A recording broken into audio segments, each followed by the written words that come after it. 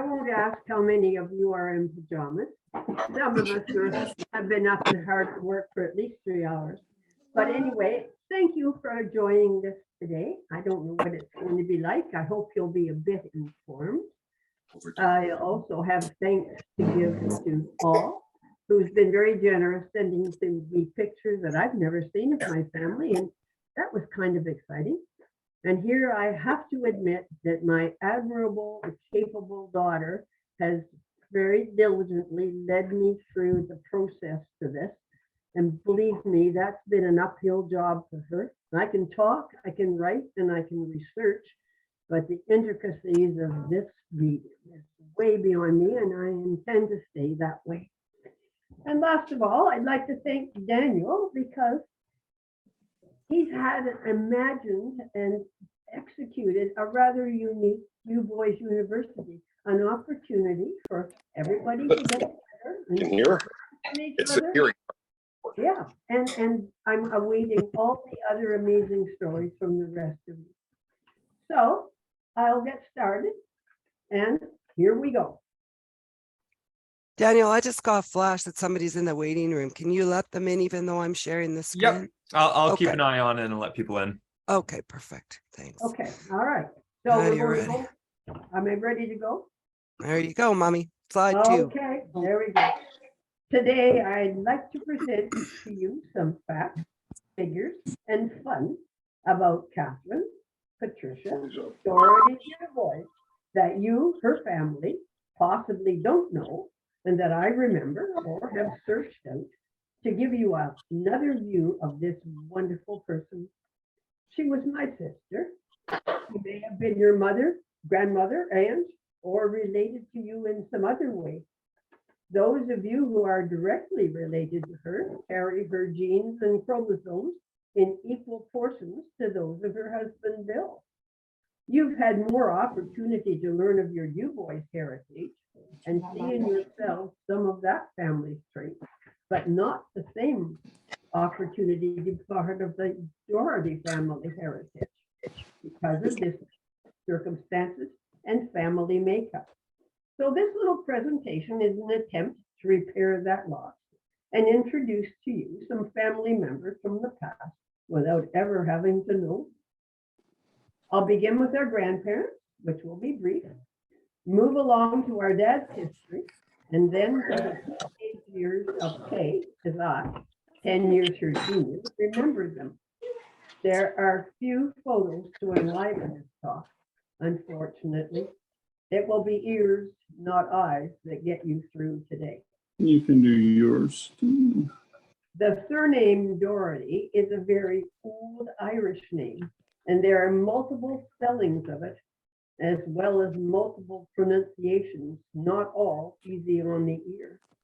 Sometimes in the 1840s, someone from this Irish family emigrated to New York, married, and produced a boy named James, who eventually turned up in a small, thriving village called Carleton Place, near Ottawa.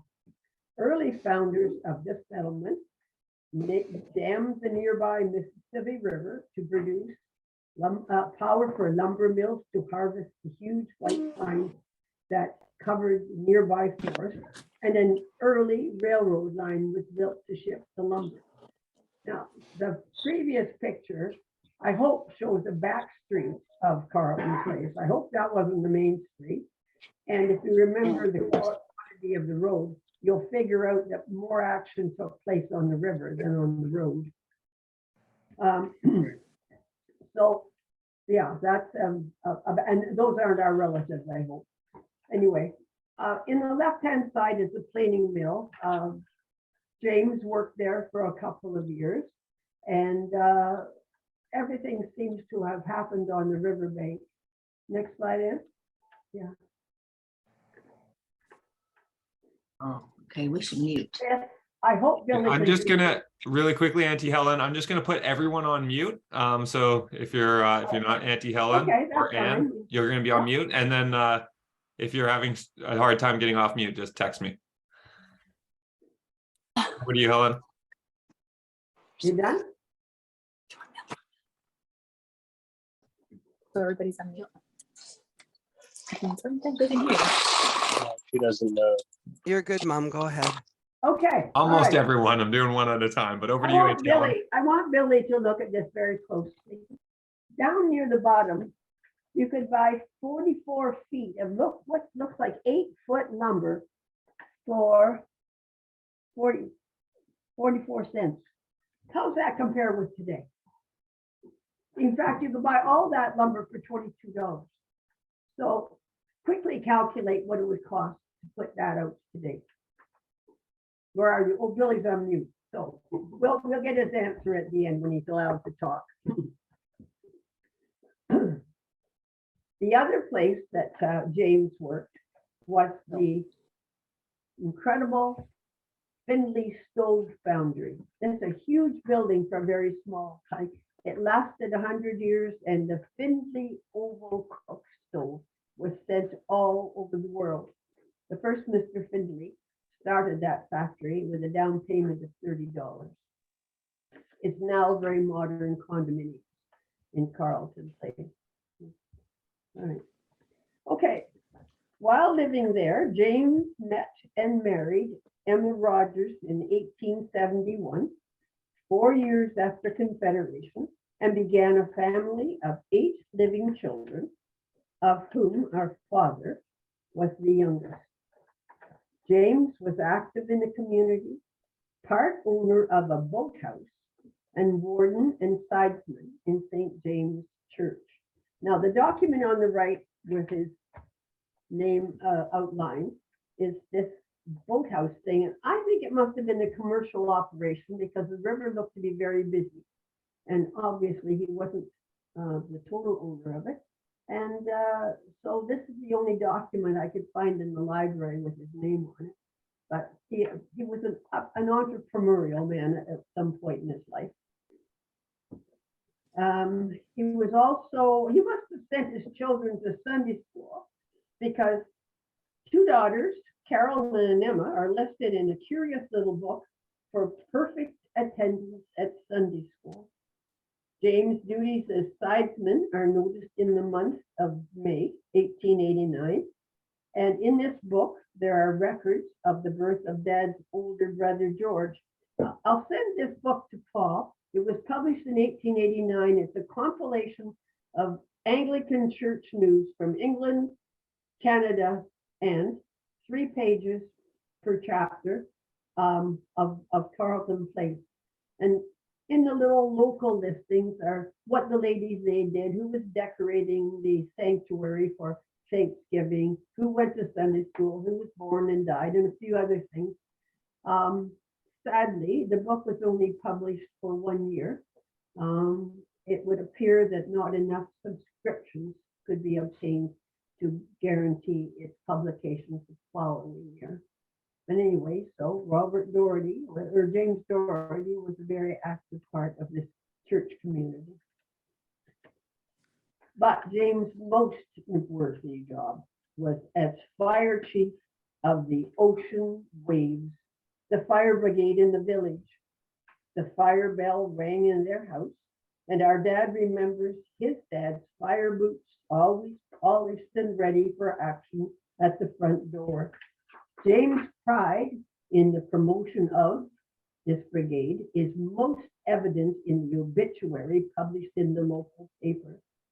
In his role of fire chief, he welcomed dignitaries to the town and upgraded the training of his men and their equipment very determinedly, if not quietly. I gather even when he was too ill to participate, and I quote, he seemed to hover about the precincts of the fire station, and when he got so bad that he could do little in the way of actual work, he was present to suggest and supervise. In other words, he didn't know how to quit. You get a sense of his overwhelming enthusiasm for an assessment of his brigade's participation in fighting a local fire in a letter to the Ottawa paper. The critical letter writer disputes Chief Doherty's positive rolling account of the efficiency of the Ocean Waves response to a fire. The letter writer notes that the CPR Railway Brigade was already dousing the fire quite successfully by the time the local brigade is notified, readied the equipment at the other end of the town, and laid 1,750 feet of fire hose. The raider claimed that Mr. Doherty's version of the event was so incorrect as to be an injustice and an injury to other people. Seems there was competition for glory. Nevertheless, when he died in 1902, at the age of 57, the village provided a royal send-off, a funeral parade with the marching fire brigade, followed by the workmen's brigade, all led by the Ottawa deputy fire chief, and a coffin loaded end to end with flowers. Emma, his wife, was born in England, and how she ended up in Carleton Place is unknown. But her brother, Sergeant Major Thomas Rogers, was an orderly to Governor General Lord Minto in Ottawa, who is best known as the donor of the Minto Cup for the winning national lacrosse team. And here, Jen and Sean can be grateful, a promoter of Canada's national parks.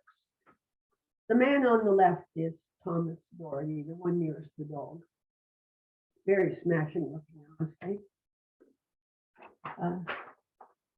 Emma produced children regularly, administered public inoculations for smallpox, and may have been a midwife. She certainly had plenty of personal experience in that line. Another view of her is intriguing. She liked to camp. Dad remembers spending some summers when he was a child on the banks of the Mississippi River. At the end of June, Emma took the children's shoes away, shaved the boys' heads, set up tents, one for the boys, another for the girls, on a campsite on the river, not coming back to town until the start of school. She fished while the kids rowed the boat and traded fish for eggs and butter. Dad hated porridge all his life. He remembers camp porridge as either burnt on the campfire or full of green water.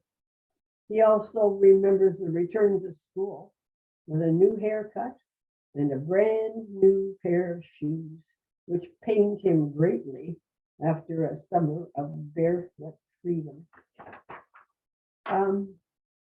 As you can read, the school is interesting. It was built as a jail and a town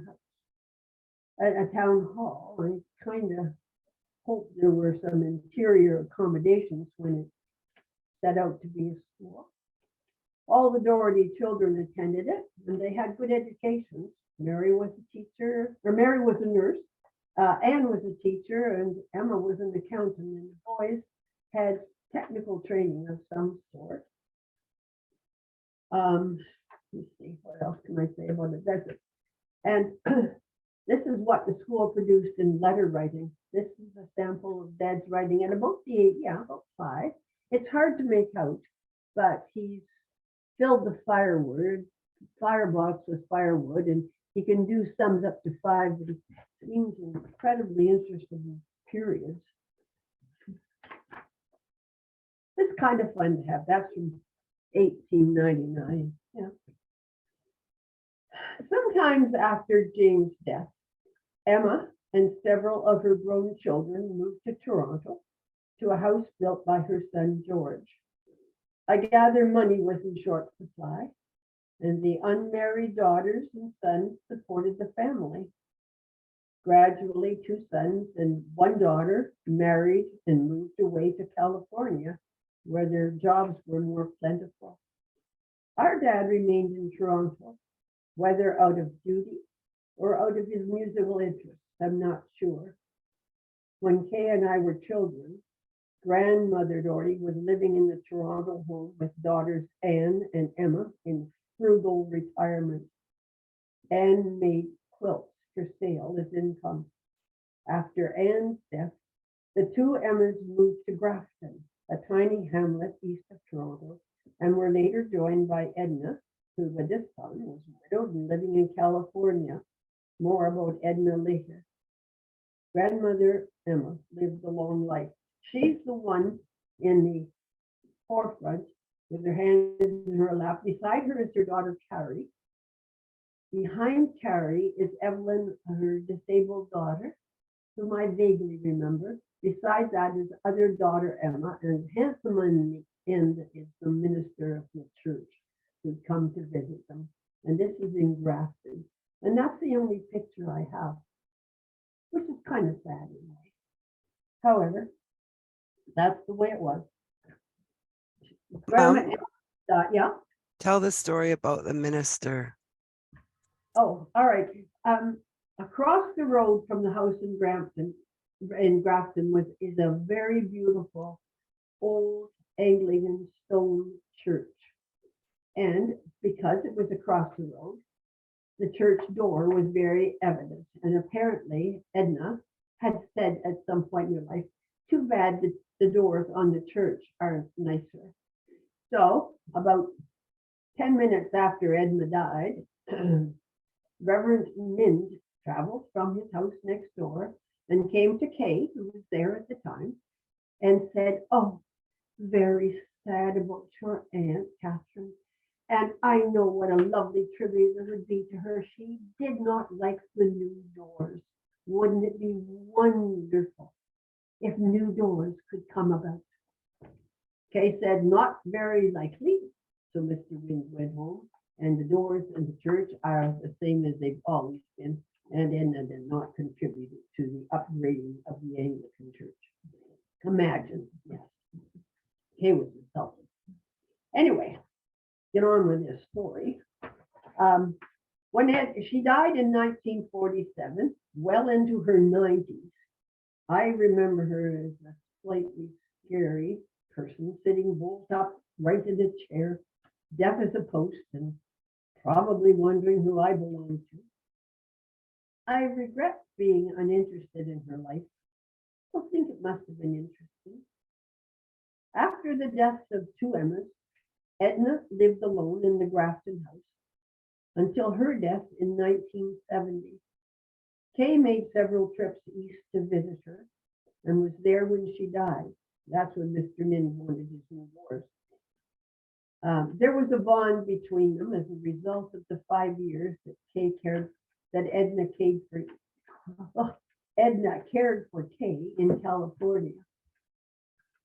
Now, I'm going to turn to the next generation and a more familiar figure, our dad, Robert, or Bob as he was called. I think in this picture, he's in his late 20s. As the youngest member of the family in his childhood must have been full of older siblings' directions, at least those who were still at home. He talked of skating on the river and tobogganing with older brothers in the winter and the summer spent camping.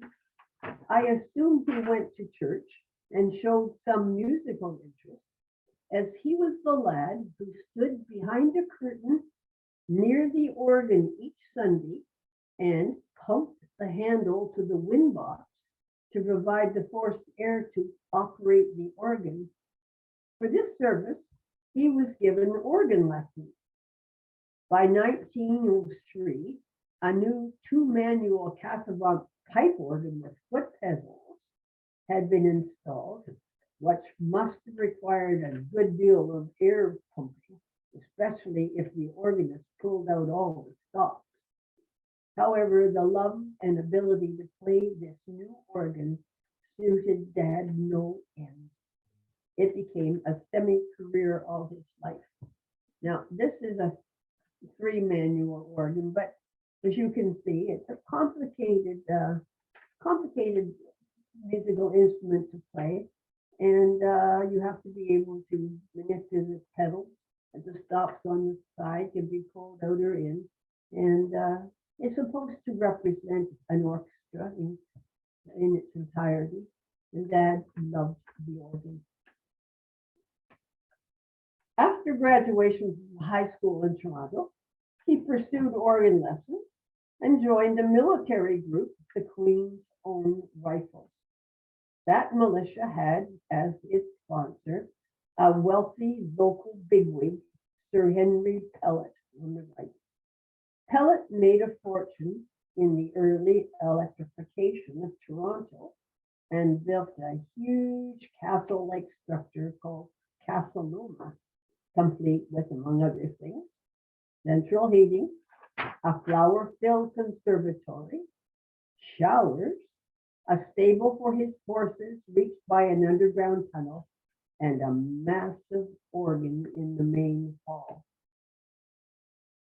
Pellet was also a fervent monarchist and military enthusiast, rising to the rank of commanding officer of the Queen's Own Rifles. In 1910, to celebrate the 50th anniversary of this regiment, he personally outfitted, at his own expense, 600 recruits, along with a brass band and horses, to travel to England for military training, demonstrations of mock warfare, and a final military parade through the streets of London, accompanied by his band, to be witnessed by King Edward VII.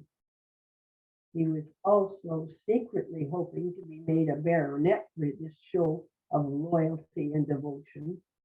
Dad and his brother George signed on. I've seen a group photo of this regiment.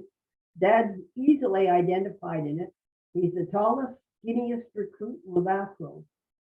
They set sail on the ocean liner, the Atlantic, in August, and with great fanfare landed in Portsmouth, England.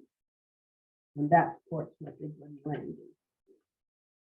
From there, they were sent to camp on Salisbury Plain.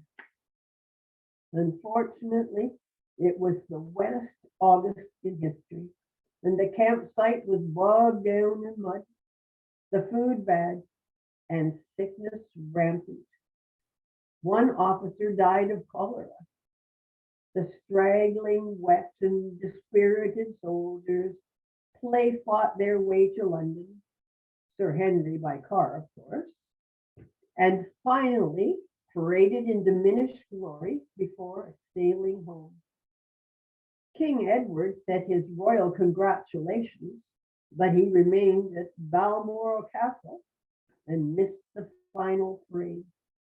Sir Henry was thanked, but remained a sir, not elevated to a baron. The returning ocean liner resembled a hospital ship.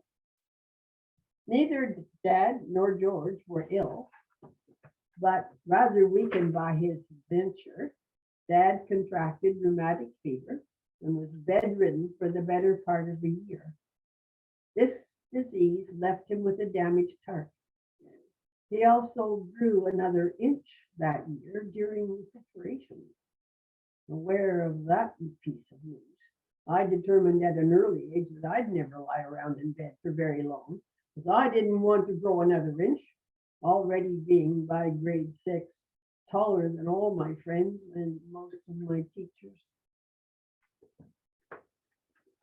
It's hard to imagine in this age, but in the early decades of the 20th century, most people attended church regularly, and religion was a very important part of their lives. It was also a major source of their social activity. There were women's groups and youth groups, men's groups and married couples groups, all involved in church activities. Most prestigious of all was to be a member of the church choir. It took time, talent, and dedication to provide music for the Sunday service. Church choirs also offered community entertainment such as operettas and joined other local choirs for concerts and socials. As for the organist, he was a busy person in the church with 2 Sunday services, weddings, funerals, baptisms, choir practice, and whatever musical entertainments that were presented. Not that organists were well paid. They weren't. Perhaps that was an explanation for not marrying until his late 20s. I believe it was through church choir music that he met Kay's mother, Edith Wood. He married Edith in 1920. On a side note, the Organist Society of Toronto, Dad among them, met occasionally at Sir Henry Pellet's castle to sample the delights of his huge in-home organ. Apparently, Dad didn't harbor any hard feelings about the unfortunate outcome of Pellet's excursion to England. I know nothing of Kay's mother or her family, except for a remark made by someone who said Edith was from a good family and rather frail. Dad wondered if she might have been diabetic. She certainly was a lovely looking woman, and little Catherine, born in 1923, was charming and serious with her dark hair and big eyes.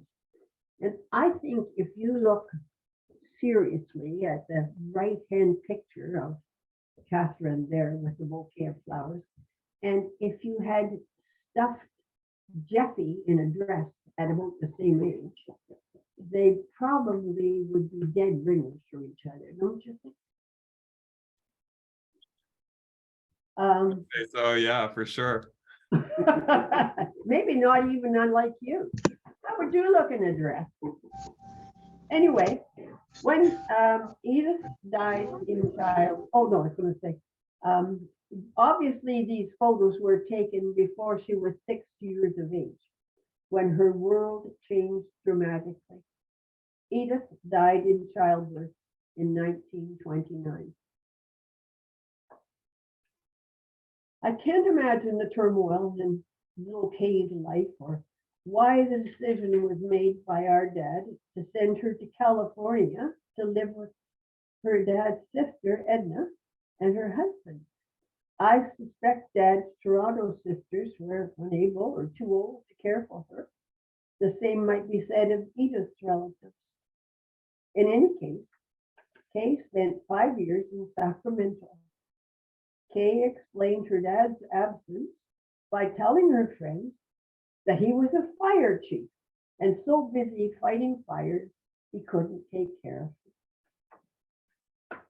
In the meantime, Dad met and married my mother, Margaret McMinn, in 1931 through a church choir, and I was born in 1933. It must have been another tumultuous time for Kay to reunite with her dad, have a stepmother, and a baby sister to boot. My mother was highly anxious, as Dad's sisters questioned her ability to cope with a 10-year-old and a new baby.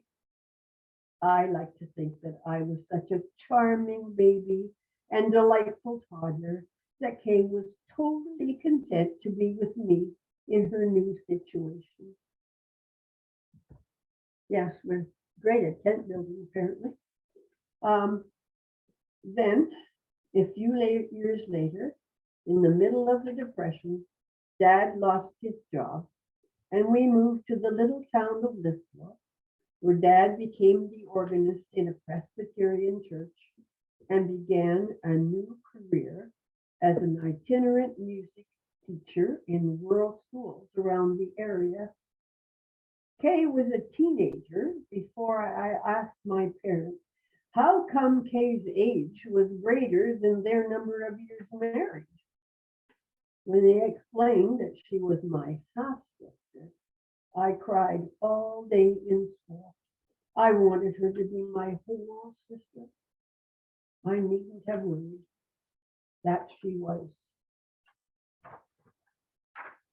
Shortly after the war started in 1939, life became much more interesting in this war.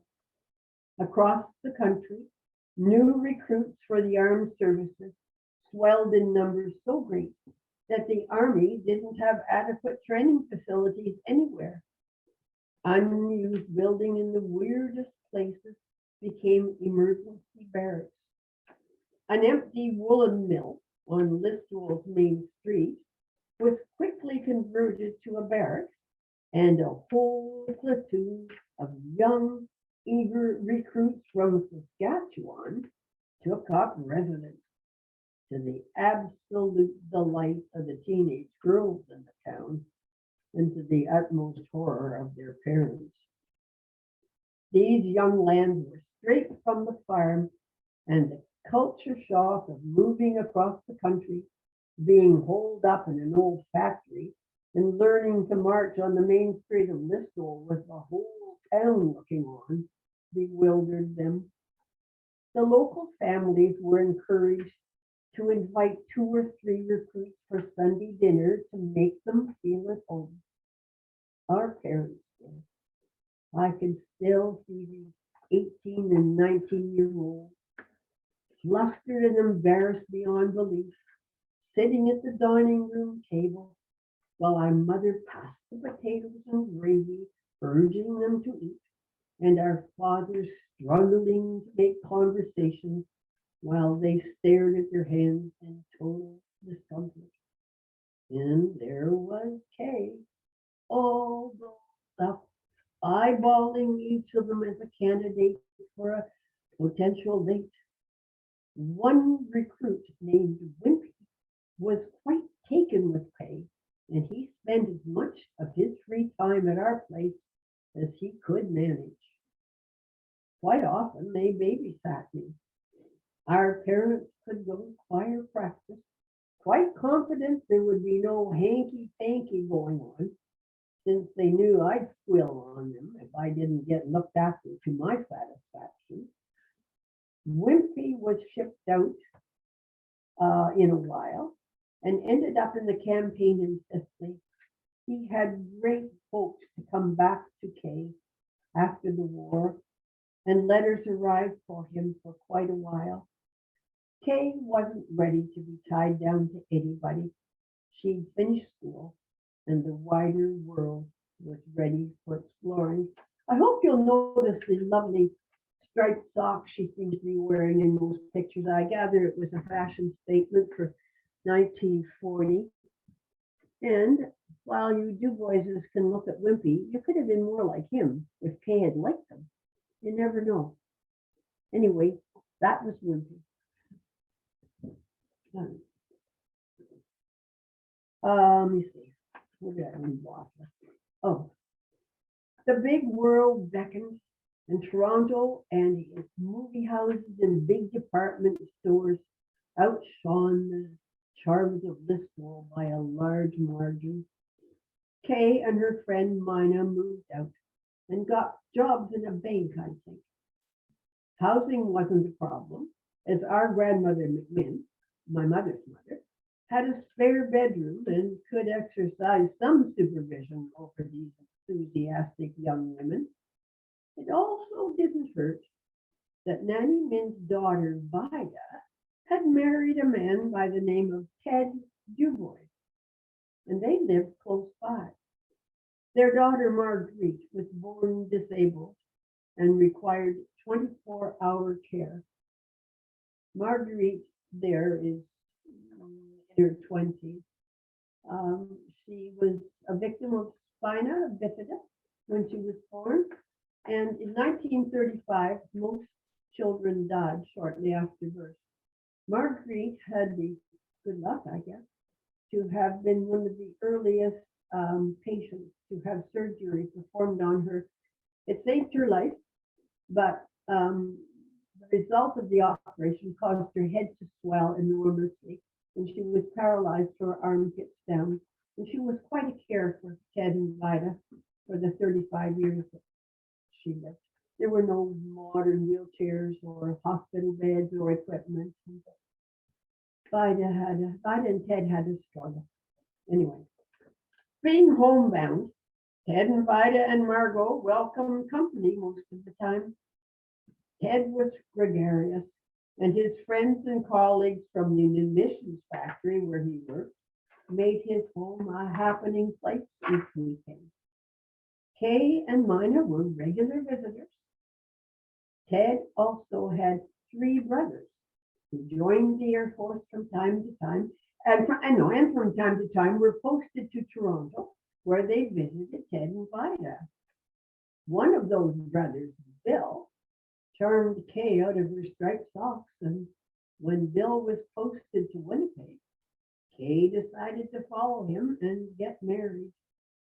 No amount of cautioning or worrying about being left alone in Winnipeg if the love match didn't work out, or what if she would be widowed before the war was over, could dissuade Kay from her plan. I remember vividly going to the train station and watching her bravely board the coach while our whole set of relatives cried and wailed on the platform, madly wailing as her train pulled out. We needn't have worried. That couple was so close. They were inseparable for life. Nevertheless, Bill was soon posted overseas. Kay was also pregnant by this time, so back she came to her old bedroom at Nanny Min's house to await the birth of her baby, the end of the war, and Bill's triumphant return. Jimmy was born at the height of the war. There were shortages of many goods and services, but there was no shortage of love and caring for this little guy. But imagine Kay all alone to deliver her baby in the hospital, Bill's return unsure, and no quick way to tell him that he was the father of the son. He did telegraph her when he got the news. It didn't help that the baby was born on the occasion of the biggest snowstorm to ever hit Toronto. Huge drifts of snow completely closed the city down. No streetcars, no bread wagon, no milk wagon, nothing moving except shovels. For 4 days, this went on. Dad, Mom, and I had come to Toronto by train, as gas and tires were rationed, to see Kay and the baby, and we couldn't even make it to the hospital. On the 3rd day, somehow Kay managed to get a taxi despite the snow and get home by herself. Bill and Kay named the baby Robert James and hoped the war to end soon. Ted caused such a fuss over the baby's name, he insisted Jimmy should bear his father's name, especially since Bill might not make it home. So Jimmy became William James, and Paul got the moniker Robert when he was born 2 years later. Kay and Bill rented a house close by, and Bill got a job in a Toronto factory that made refrigerators. But after the travel and excitement of the war, a factory job on an assembly line held no attraction for Bill at all. Shortly after Paul was born, Bill and his brother Phil jointly bought a store in their hometown of Arcola in Saskatchewan, and Kay packed up and left to go west. Gordon joined the family in Arcola. Sadly, the store business could not support 2 families, so once again the family moved, this time to Stewart Island, where Bill attempted to eke out a living fishing with the help and support of Marilyn's dad, Harry. As an adequate means of support for a family, this decision was a failure. I do know that our dad and his 2 California brothers visited Kay and Bill there. Unfortunately, Kay's appendix burst during the visit, and Marilyn's father, Harry, took Kay and Dad to the hospital in Campbell River in his boat against the tide for an operation. Kay survived this ordeal with the same adventurous spirit and good humor that carried her through many setbacks. that she experienced in life. There was nothing that hard work and laughter couldn't overcome as long as Bill was by her side. There were several more moves, first to Granite Bay. And this is Granite Bay. I don't know whether it was the only house there, but it certainly was a very lonely place. Then there was a move back to Ontario, where they lived with Kathleen, Bill's older sister, in her house in Acton for a while. Paul and George may remember it very well. If I remember correctly, Bill worked in a plastics family and later as a jail guard. A picture of Dad and Kay and I in front of the house at Kathleen on a visit there. It was quite easy to visit them when they lived in Acton. It certainly wasn't easy to visit them in Granite Bay. Bill hated both jobs, and sharing Kathleen's house was difficult. At last, Bill found a job in Winnipeg, where he was hired as an airplane mechanic at the Air Canada terminal. The West was in his blood. It was yet another move west for Bill Kay and their 3 boys. But more importantly, it was also a job that supported their growing family and provided economic security for the first time in their married life. This is the end of my story. The rest of Kay's life story is someone else's to tell. I adored her. I missed her terribly when she moved west. I was lucky enough to visit from time to time, and we kept in touch by letter and by phone. She came east quite often. We always laughed ourselves silly whenever we met. She mothered me when I was little and enriched my life when I was older. She was a remarkable woman and sister. Those of you who are directly related are lucky to share her life and adventure, whether in real time or in stories, and just as importantly, to share her genes. You can also think about what she and I and you have inherited from our paternal Doherty forebears. Maybe you can discover some traits in your personality that you have inherited from Kay or Bob or Emma and James. I've made for you a checklist. If you have long, gangly legs and arms and are over 6 feet tall, that may be a Doherty trait. If you can trip over absolutely nothing, that may be a Doherty trait. If you can hum, sing, or enjoy music, that may be a Doherty trait. If you can laugh in the face of diversity and carry on with your life, that might be a Doherty trait.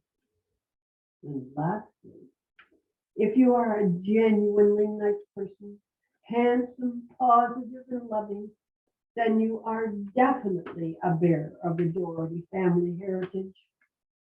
Now you can learn to spell the name. Thank you. That's it.